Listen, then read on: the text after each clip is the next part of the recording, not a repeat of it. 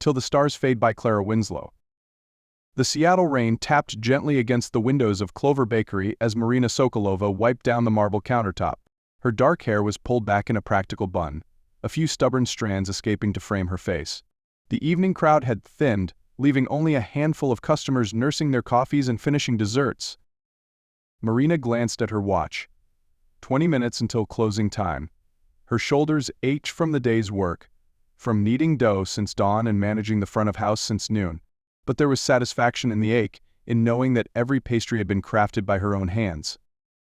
The bell above the door chimed, and she looked up, prepared to greet the newcomer with her practiced smile. The smile faltered when she saw him, a tall man with raindrops clinging to his dark coat, his brown hair damp at the edges. His eyes, warm and the color of strong coffee, met hers across the room. "We're closing soon," she said, her Russian accent more pronounced with fatigue. "I know." His voice was deep, rounded by what she recognized as a slight southern drawl. "I was hoping to grab something before you shut down for the night." Marina gestured to the display case, now mostly empty. "We have some almond pastries and a few slices of the cherry pie left." The man approached the counter, removing his coat. Beneath it, he wore a simple button-down shirt and jeans. "The pie, please. And coffee, if it's not too much trouble." "No trouble." She cut a generous slice of pie and poured coffee into a ceramic mug. "For here or to go?" "For here, if that's all right." She nodded and brought his order to a small table by the window. 15 minutes, she reminded him. "Thank you." He settled into the chair and took a bite of the pie. His eyes closed briefly. "This is incredible."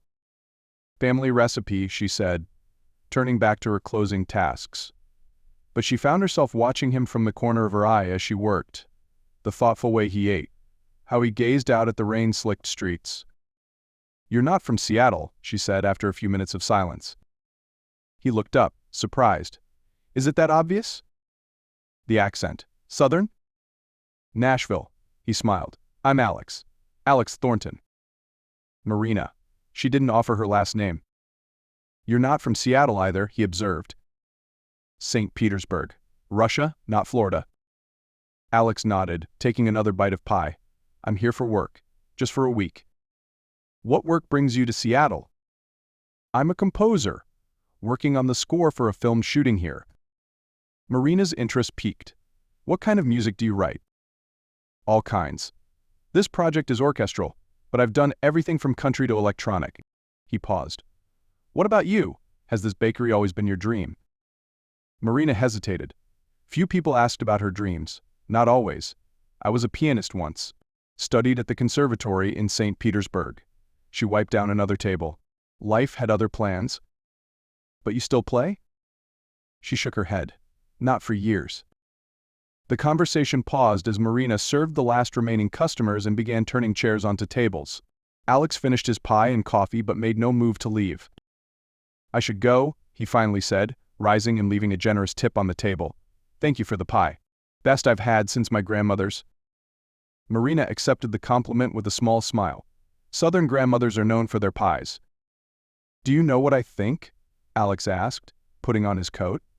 "I think pianists never really stop being pianists. The music is in their hands."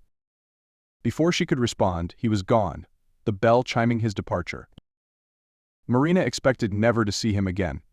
Nashville was a long way from Seattle, and composers had better things to do than visit small bakeries.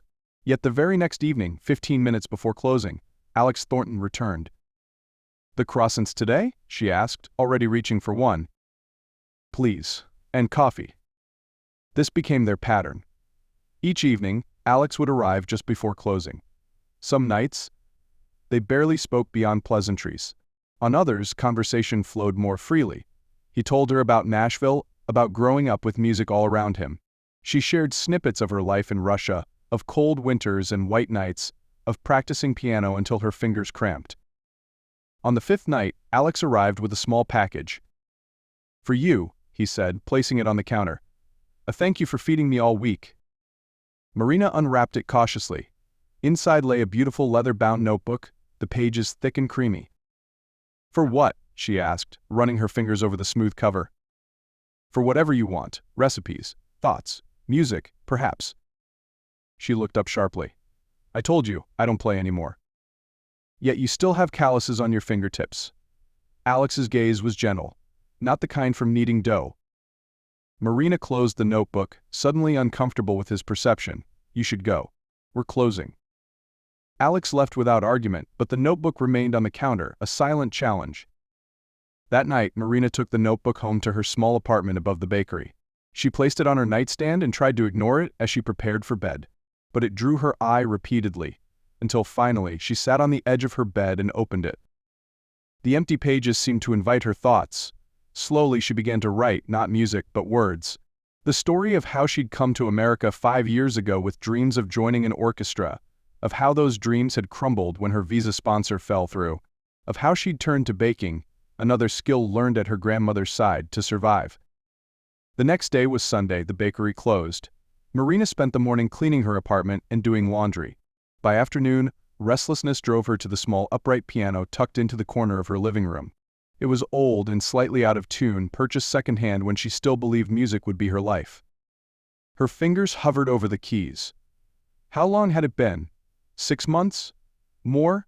The bakery consumed all her time and energy, leaving little for anything else, especially not for dreams deferred. Slowly, Marina pressed a key, then another. A simple C major scale, up and down.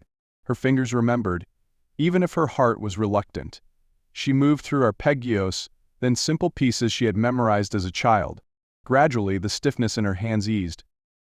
Before she realized what she was playing, her fingers found the notes of Rachmaninoff's Prelude in G minor. The music swelled in her small apartment, carrying her away from Seattle, away from flour-dusted counters and early mornings. For those moments she was in St. Petersburg again, playing for an audience that believed in her talent. When the final chord faded, Marina sat in silence, tears tracking silently down her cheeks. The music had never left her, it had only been waiting. Monday evening, Alex arrived at his usual time. Marina had been watching for him, the notebook waiting beneath the counter. "Your usual?" she asked. "Actually, I'll try the chocolate tart today."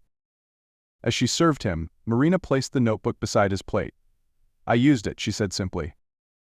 Alex's smile was warm. "I'm glad." "Not for music," she clarified, "just thoughts." "Thoughts are a beginning." They fell into silence, but it was comfortable now, edged with something new. When it was time to close, Marina found herself reluctant to see him go. "My film wraps tomorrow," Alex said, standing at the door.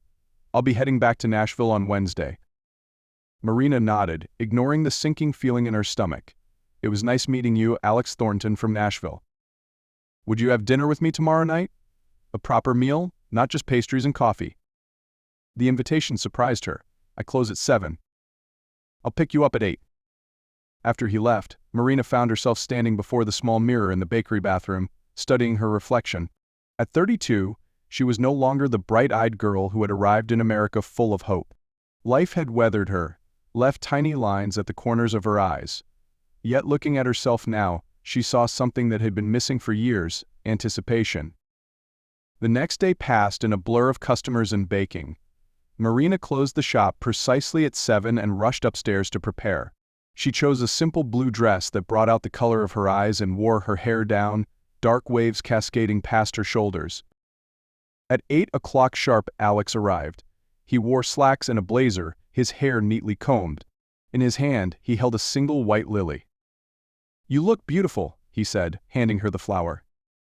Marina accepted it with a small smile. "Thank you. Let me put this in water before we go." The restaurant Alex had chosen was on the waterfront, elegant without being pretentious. They were seated at a table overlooking Elliott Bay, the city lights reflecting on the dark water.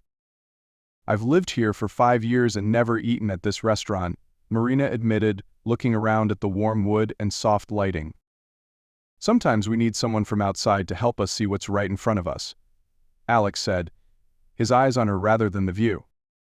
Over dinner they spoke of music, composers they admired, performances that had moved them. For the first time in years, Marina allowed herself to remember the joy of it, not just the disappointment. "Why did you really stop playing?" Alex asked as they shared a dessert. Marina traced the rim of her wine glass. "After my visa plans fell through, I couldn't legally perform. By the time I sorted out my immigration status, I'd already opened the bakery. It seemed easier to let that dream go. And is it easier? No, she admitted. But it's safer. Alex nodded, understanding in his eyes. The hardest thing about being an artist is allowing yourself to be vulnerable. Every note I write, every melody, it's like offering a piece of my soul and hoping someone finds value in it. Yes, Marina whispered. Exactly that. After dinner, they walked along the waterfront, the night air cool against their skin. When Alex took her hand, Marina didn't pull away. His palm was warm against hers, the contact sending a current of awareness through her body. I wish I'd found your bakery earlier in my trip, Alex said as they paused to look out over the water. You're leaving tomorrow. Yes. Marina turned to face him. In the dim light, his features were softened, but his eyes remained intent on hers. This week has been unexpected, she said. For me too. Alex reached up to tuck a strand of hair behind her ear, his fingers lingering against her cheek. Marina, I don't want this to be goodbye. What else could it be? You live in Nashville. My life is here. Distance is manageable, if both people want to manage it. Marina looked away. We barely know each other. I know that you're talented and determined. I know that you've built a life from scratch in a foreign country. I know that when you talk about music, your whole face changes. Alex gently turned her face back to his. And I know that I want to discover all the things I don't yet know about you. The sincerity in his voice broke through Marina's caution. Standing on tiptoe, she pressed her lips to his. The kiss was tentative at first, a question. Alex answered by pulling her closer, deepening the kiss until Marina felt warmth spreading through her entire body. When they broke apart, both breathless, Alex rested his forehead against hers. Come back to my hotel room, he murmured. Marina pulled back slightly, studying his face in the moonlight. This wasn't her usual way. She'd always been cautious, practical. But something about Alex made her want to take risks again. Yes, she said simply. The hotel room was elegant but impersonal, a king-sized bed, neutral furnishings, a view of the city. None of that mattered as Alex drew Marina into his arms again, his kisses more urgent now. They moved together with increasing need, hands exploring, learning each other's bodies through touch. Later, lying in the darkness with her head on Alex's chest, Marina listened to the steady beat of his heart. His fingers traced lazy patterns on her bare shoulder. Tell me about your life in Nashville, she said softly. I have a small house near Music Row. Nothing fancy, but it has a studio where I work. There's a porch swing out front where I sit in the evenings. His hand stilled on her shoulder. It would be the perfect place to watch the sunset with someone special. Marina heard the unspoken invitation in his words. Alex. I know it's fast, he said. But sometimes life gives us these moments, these chances. I think we'd be fools not to explore this. She propped herself up on one elbow to look at him. What are you suggesting? Visit me. Take a weekend, come to Nashville, see if what we feel here can exist there too. Marina was silent, considering. The practical part of her mind listed all the reasons this was madness. The bakery, the distance, the short time they'd known each other.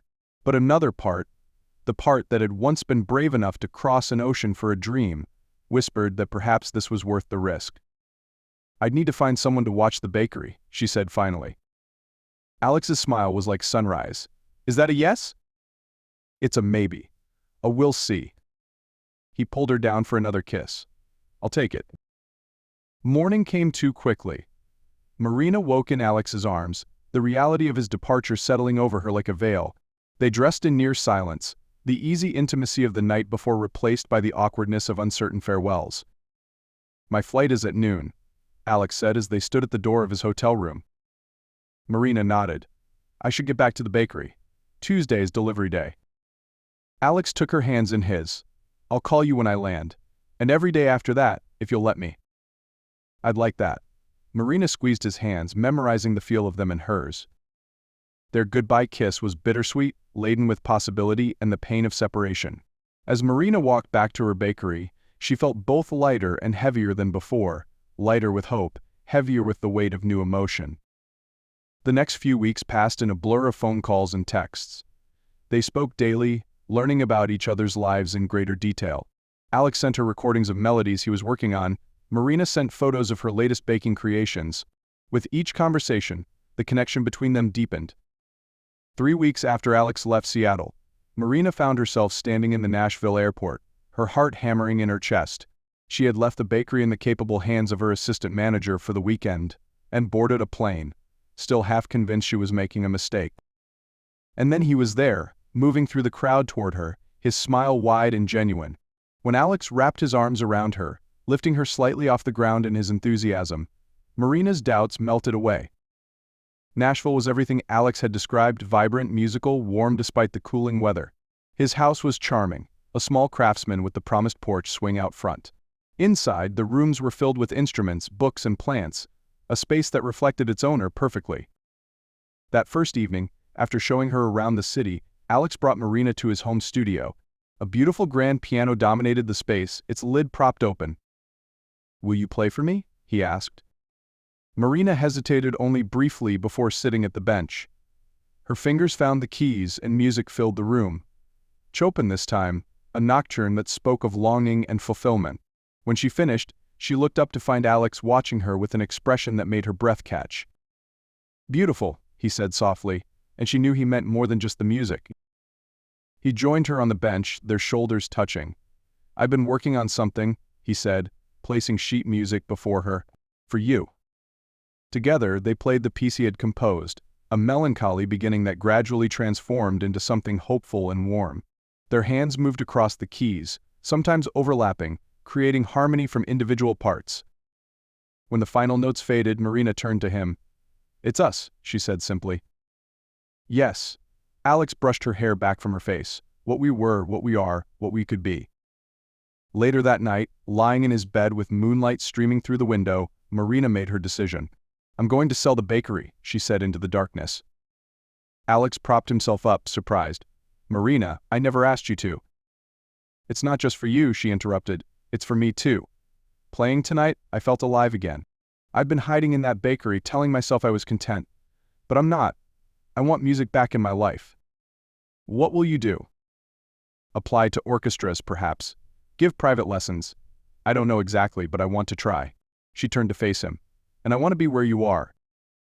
Alex pulled her close. "We'll figure it out together, one day at a time." 6 months later, Marina sat before a small audience in a Nashville music venue, her fingers dancing across the keys of the piano. The piece was challenging, a duet she and Alex had composed together, weaving classical structures with modern sensibilities. Alex sat beside her, their movements synchronized through practice and intuition. When they finished, their hands crossed, creating a complex pattern of notes that resolved into perfect harmony. The applause was warm and genuine. As they bowed, Alex squeezed Marina's hand. "Not bad for a baker and a film composer," he whispered. Marina laughed, joy bubbling up inside her. The journey hadn't been simple, selling the bakery, moving across the country, building a new life. But here, with music filling her days and Alex by her side, she had found something she'd thought lost forever, not just love, but herself. Later that night, they sat on the porch swing, watching as stars appeared in the darkening sky. Alex's arm was around her shoulders, her head resting against him. "Any regrets?" he asked softly. Marina considered the question seriously. "Only that I waited so long to play again, to take risks." She looked up at him. "But perhaps we meet the right people at exactly the right moment, when we're ready to hear what they have to say." Alex smiled, pressing a kiss to her forehead. "Well, I'm certainly glad I found that little bakery in Seattle. And I'm glad you came in 15 minutes before closing." Above them, stars continued to appear, one by one, until the sky was filled with light. Marina knew that someday, perhaps years from now, those stars would shine down on a different scene, perhaps children running across this very porch, or an older couple, silver-haired but still making music together. For now, though, this moment was enough: the night air, the gentle creak of the swing, and the promise of all the days stretching before them, each one a note in the symphony they were composing together.